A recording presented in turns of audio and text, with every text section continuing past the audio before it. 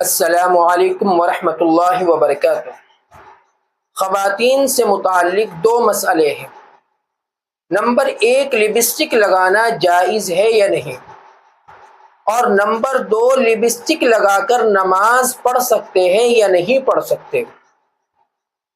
پہلے مسئلے کا جواب یہ ہے کہ لپسٹک لگانا بالکل جائز ہے، اس میں کوئی حرج نہیں ہے، لپسٹک لگا سکتے ہیں۔ یہ جو کہا جاتا ہے کہ لپسٹک کے اندر حرام اجزاء ملے ہوئے ہیں، یا خنزیر سے لپسٹک بنائی جاتی ہے، یا کوئی ناپاک چیز اس میں ملا کر لپسٹک کو بنایا جاتا ہے، یہ سب افواہیں ہیں، شک و شبہات کی بنیاد پر یہ باتیں کہی جاتی ہیں، ان کا اصلیت سے کوئی تعلق نہیں ہے، اس لیے لپسٹک کا لگانا جائز ہے۔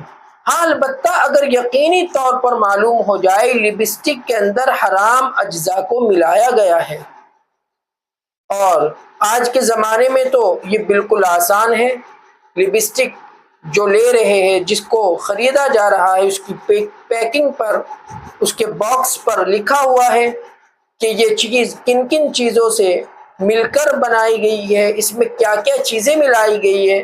اگر اس میں معلوم ہو جائے کوئی ناپاک چیز لکھی ہوئی ہو کہ اس میں جو ملائی گئی ہے، تو پھر اس کو لگانے سے بچا جائے، وہ ناجائز ہے اور اس سے دور رہا جائے۔ لیکن اگر ایسا لکھا ہوا نہیں ہے تو پھر یقینی طور پر اس کو جائز مانا جائے گا اور اس کا لگانا جائز ہوگا۔ اکثر و بیشتر ایسی یہ افواہیں ہوتی ہے، کوئی یقینی بات نہیں ہوتی، اس لیے لپسٹک کو لگایا جا سکتا ہے، اس کو لگانا جائز ہے۔ دوسرا مسئلہ یہ ہے کہ لپسٹک کو لگا کر نماز پڑھ سکتے ہیں۔ جی بالکل، لپسٹک کو لگا کر نماز پڑھنا جائز ہے، درست ہے، لیکن یہاں اس بات کا خیال رکھا جائے کہ لپسٹک کی اگر تہ جمتی ہے، لپسٹک کی اگر تہ جمتی ہے، لپسٹک اپنا جسم بنا لیتی ہے، پرت جم جاتی ہے، اس صورت میں لپسٹک جو ہے وہ کھال تک پانی پہنچنے کے لیے رکاوٹ بن جائے گی اور وضو نہیں ہوگا۔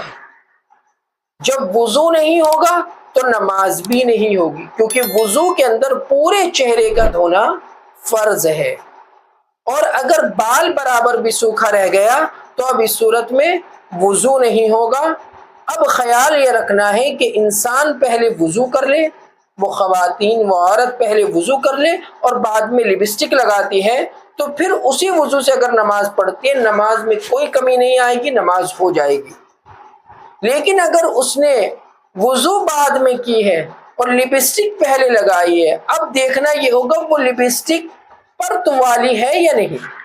اگر لپسٹک پرت والی ہے، اپنا جسم بناتی ہے، اور اکثر و بیشتر ایسا ہی لپسٹک ہوتی ہے کہ وہ اپنا پرت جما لیتی ہے، تو وہ کھال تک پانی پہنچنے نہیں دیتی۔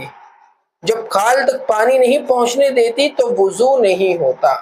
جیسا کہ اس کی مثال ایلفی اگر ہاتھ پر گر جائے تو وہ اپنا جسم بناتی ہے، اب اگر وہاں پانی ڈالا جائے تو وہ ایلفی جو اس نے اپنا جسم بنایا ہے، وہ کھال تک پانی نہیں پہنچنے دے گی، اور جب پانی نہیں پہنچے گی تو وضو نہیں ہوگا۔ اس سے مسئلہ بھی سمجھ میں آ گیا، اگر ہاتھ پر ایلفی وغیرہ لگی ہوئی ہے، وضو کی جائے تو وضو نہیں ہوتی، اس کو پہلے اتارا جائے گا۔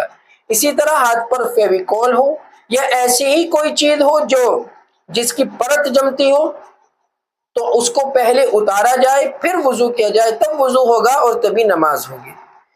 لیکن اسی طرح مسئلہ لپسٹک کا ہے، لپسٹک کی بھی اکثر بیشتر دیکھا گیا ہے پرت جمتی ہے، وہ اگرچہ معمولی سی ہی ہو۔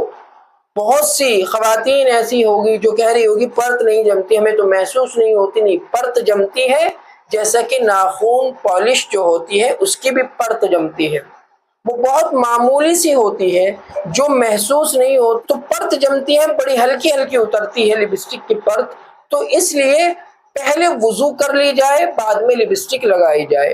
اور اگر وضو کر رہی ہے اور لپسٹک ہونٹوں پر لگی ہوئی ہے تو اسے چاہیے لپسٹک کو اتارے، پھر وضو کرے، اور اس کے بعد پھر لپسٹک لگا کر نماز پڑھ لے، نماز ہو جائے گی۔ تو اس مسئلے کو سمجھ لیا جائے، یہ قانون اور شریعت کا اصول ہے کہ اعضائے اربع میں اگر کوئی ایسی چیز لگی ہوئی ہے، یعنی چہرہ، ہاتھ، پاؤں، ان تینوں چیزوں میں اگر کوئی ایسی چیز لگی ہوئی ہے جو کھال تک پانی پہنچنے کے لیے مانع اور رکاوٹ بن رہی ہے تو اب اس صورت میں وضو نہیں ہوتا۔ جب وضو نہیں ہوگا تو نماز بھی نہیں ہوگی۔ اسی طریقے سے جو ہونٹوں پر لپسٹک ہے اس کا بھی یہی حکم ہے کہ اگر اس لپسٹک کی پرت جم رہی ہے تو اس کو اتارے، پھر وضو کرے، پھر لگا لے، کوئی حرج نہیں ہے، اور نماز پڑھ لے۔ اور اگر پرت نہیں جمتی، کھال تک پانی پہنچ جاتا ہے اور وہ کھال میں رم جاتی ہے تو پھر کوئی حرج نہیں ہے، پھر اس کو لگائے ہوئے بھی وضو کی جا سکتی ہے۔ اللہ تعالیٰ دین کی صحیح سمجھ عطا فرمائے اور دین پر عمل کرنے کی توفیق عنایت فرمائے۔ السلام علیکم ورحمۃ اللہ وبرکاتہ۔